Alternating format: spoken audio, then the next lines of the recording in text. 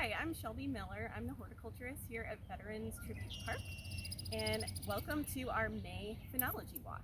We do these every first Friday of the month at 10 o'clock here at Veterans Tribute. And so of course this month we're doing our virtual walk again. So we're starting here next to one of my favorite little shrubs, which is the red twig dogwood. They're really beautiful in the wintertime because, as you see, their branches, their limbs are red, and they're red all year. But now, as we approach May, they are flowering, and so we have these beautiful white flowers. The earliest plants that are flowering in the year tend to be white or lighter in color, white and yellow, because they're pollinated by moths and bees. As we go on throughout the summer, we'll start noticing things with more vibrant color, our reds and our pinks, as we have butterflies and other pollinators. So some fun facts about our red twig dogwood. The twigs are so straight that Native Americans use them as arrow shafts. Another key feature of the dogwood is the leaf shape, and specifically the veins of the dogwood.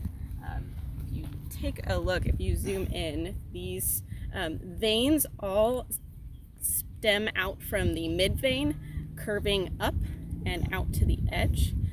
So that's a key feature when you're identifying a dogwood. Another key feature is the opposite branching. So if you take a look at any one of these branches, the leaves are going to branch out on either side, opposite from one another, all the way up.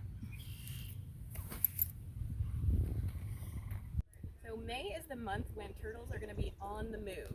So if you see turtles crossing your path here at the park, or maybe on a roadway where it is safe to stop if you feel safe,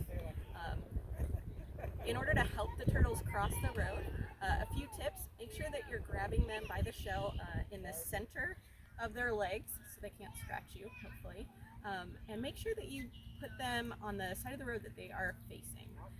Turtles live most of their lives within a very small radius. They're familiar with their territory, and if they are trying to head across the road, if you put them back on the other side, they're going to keep going in that direction. So help them out, put them in the direction that they're going, and please do not move them to any other area that you might think they might like and be happier, because they are used to their home territory. So during this month, they're on the move because they're nesting, or they're trying to find their nest, lay their eggs. In the next 6 to 8 weeks, those eggs will hatch.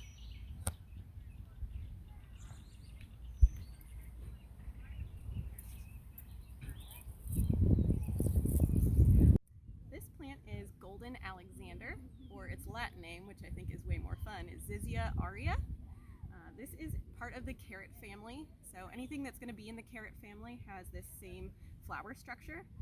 This flower shape is called an umbel. So kind of think of an umbrella. They kind of all go up, forming a little umbrella shape. So everything in the carrot family has that umbel.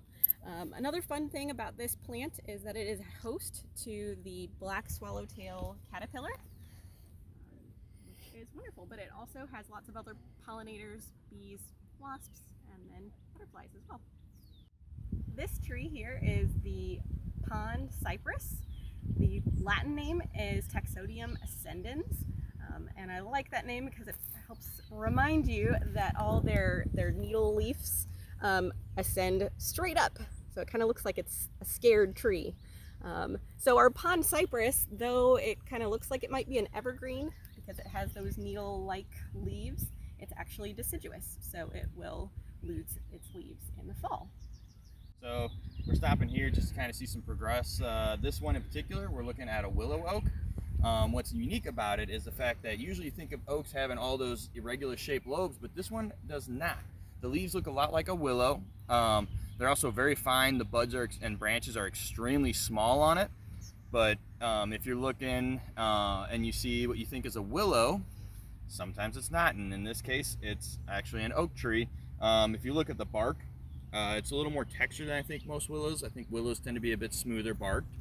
And so those are some of the characteristics you can see. That, and then the bud, though it's really small, will look very similar to other oak buds. So earlier we looked at our Pom Cypress, and I mentioned how those needle leaves are pointing straight up. This is kind of its cousin, let's say. This is the bald cypress. So it differs in that its leaves that are coming out a little bit more, progressing more than the pond cypress, come out horizontally from the branch. So just like the pond cypress, this is also a deciduous tree, so it will lose its leaves in the fall. This is a tree that we visited last month. This is the pawpaw tree. I think last month the flowers had not yet bloomed, and now that we're looking at it, it's actually almost done blooming. But if you take a look right here, we've got a bloom left. So these flowers are a dark maroon. I mentioned last month that they're smelly because they're pollinated by flies. And then we have some leaves that are starting to come out.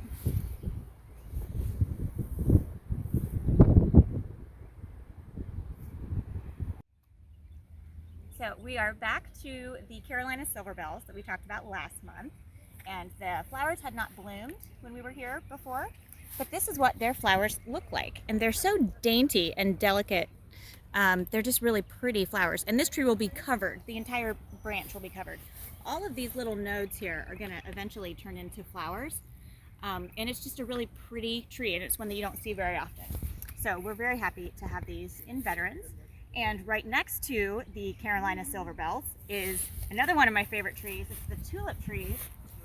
And this one is really easy to identify because of the way that the leaf is. And when we were in our ID classes, our teacher told us that it looks like a cat face. And now every time I look at this tree, I can't see anything but cat faces. So these would be the ears, and then those would be the whiskers, and there's your cat face. Another cool thing about tulip trees is that everyone thinks that they have tulip-like flowers, and they do, but they're usually way up in the tree, and they're usually white or yellow, and so they're really hard to see. So it's not like you're going to have a tree that blooms the tulips that we are used to seeing in a flower bed. They're similar shaped, but they're way up high. So we're actually looking at a new tree here. This is actually a Chinese fringe tree. There's an American fringe tree and the Chinese one. Here they did the Chinese cultivar that we got going on. But what's really cool is we can see the blooms, and they're real feathery, real light all over the place. And when you get a good bloom on it, it almost looks like the tree has a white beard. So they call it old beard for the American one. I don't know why it wouldn't apply to this tree as well. As we're looking at it, when we're done with the blooms, another thing you can look at just for identification characteristics, the Chinese fringe tree actually has bark that exfoliates, they call, which it looks like it's peeling off of it, but that is actually the way the tree grows and develops. So that would be a characteristic to tell you if it's a Chinese fringe tree as opposed to the American, because the American fringe tree does not have that feature.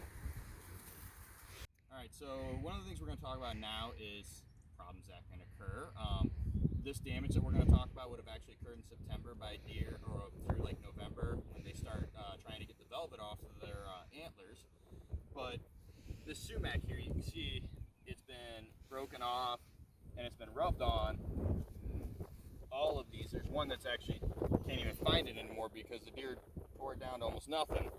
And you can see it's still growing, it's putting out, but all this is damaged. This tree, this shrub was easily twice this size when it got put in the ground and planted, and the deer have just been gnawing down on it.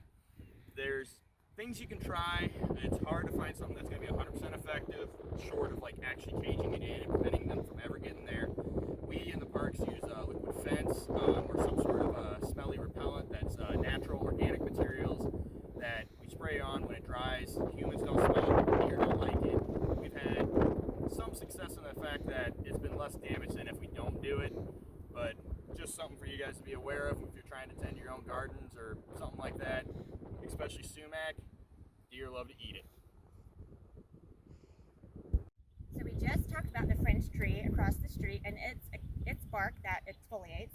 And this is another tree that does that. This is the river birch, and it has really ornamental bark is what we would call this. It's really flaky. It's gorgeous year-round. It's a beautiful tree. They're almost always in clumps of 3, which is called a multi-stem or a multi-trunk tree or a clump tree. This is a beautiful tree. It does require a lot of water, hence the name river birch. They do really well down by the water. The one thing that I would caution you about this one, if you see it and you think, oh, I want one of those in my yard, is that it does shut its branches very frequently with any type of wind or like a rain event. So we just have to come in and pick up those limbs. It takes like 2 minutes, but there is that caveat if you really like this tree. It's a gorgeous tree. It's in the birch family, as you can tell by the eye-shaped nodes. This is the river birch. Alright, we are at some of our irises here at the Veterans Memorial. This is one of our tall bearded irises, and you can see that it is so close to blooming. So I invite you, if you get a chance, to come out and visit us here at the park sometime in the next couple of weeks, because we have over 20 different varieties of irises and they are all going to be blooming very soon. This plant here is yarrow, or the Latin name is Achillea millefolium, and that name Achillea comes from Achilles, like the Greek hero Achilles, and it's named so because it was said that the soldiers used this herb medicinally to treat their wounds. So that's where it gets the name. The variety of this particular plant that we have here is moonshine, and it will bloom and turn yellow. So on this very plant here, we can see both the early blooms starting to come out, so they kind of look white at first, but when it does bloom fully and open up, it's going to be yellow. Another neat thing about the structure of this inflorescence is that it's called a corym. So unlike the umbel that we saw on that plant that is in the carrot family, a corym shape actually has a completely flat top. So unlike the umbrella of the umbel, a corym is flat, so that means that all of the pedicels coming up from the stem grow so that the blooms are flat. So the furthest pedicels out to the side are going to be much longer than the inner ones to give you that flat top look. This plant here is called Amzonia. It's got these beautiful blue flowers. It's just starting to bloom. And a neat thing about not just this plant, but something that we can observe all around the park is the effect of microclimate on certain plants. So as you zoom out, we have this plant here that is doing quite well right now. It's already blooming, but we have all these other Amzonia plants on this hillside and even further out here that are not yet blooming. In fact, this one is still quite short. And so that's likely due to a number of factors, but those plants that are on that hillside probably are getting a little more heat. That hillside is facing the afternoon sun.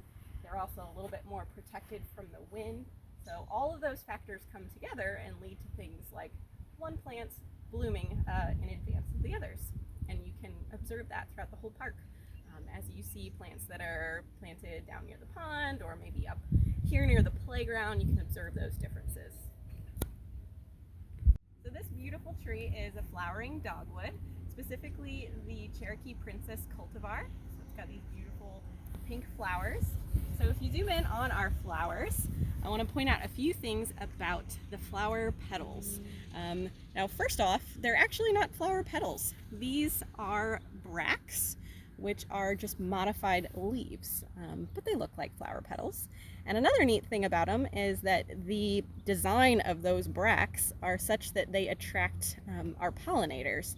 Our pollinators, like bees, see an ultraviolet light, so the color of that flower is so bright. It's like having flashing arrows going right towards the center, directing those pollinators exactly where to go to get that pollen.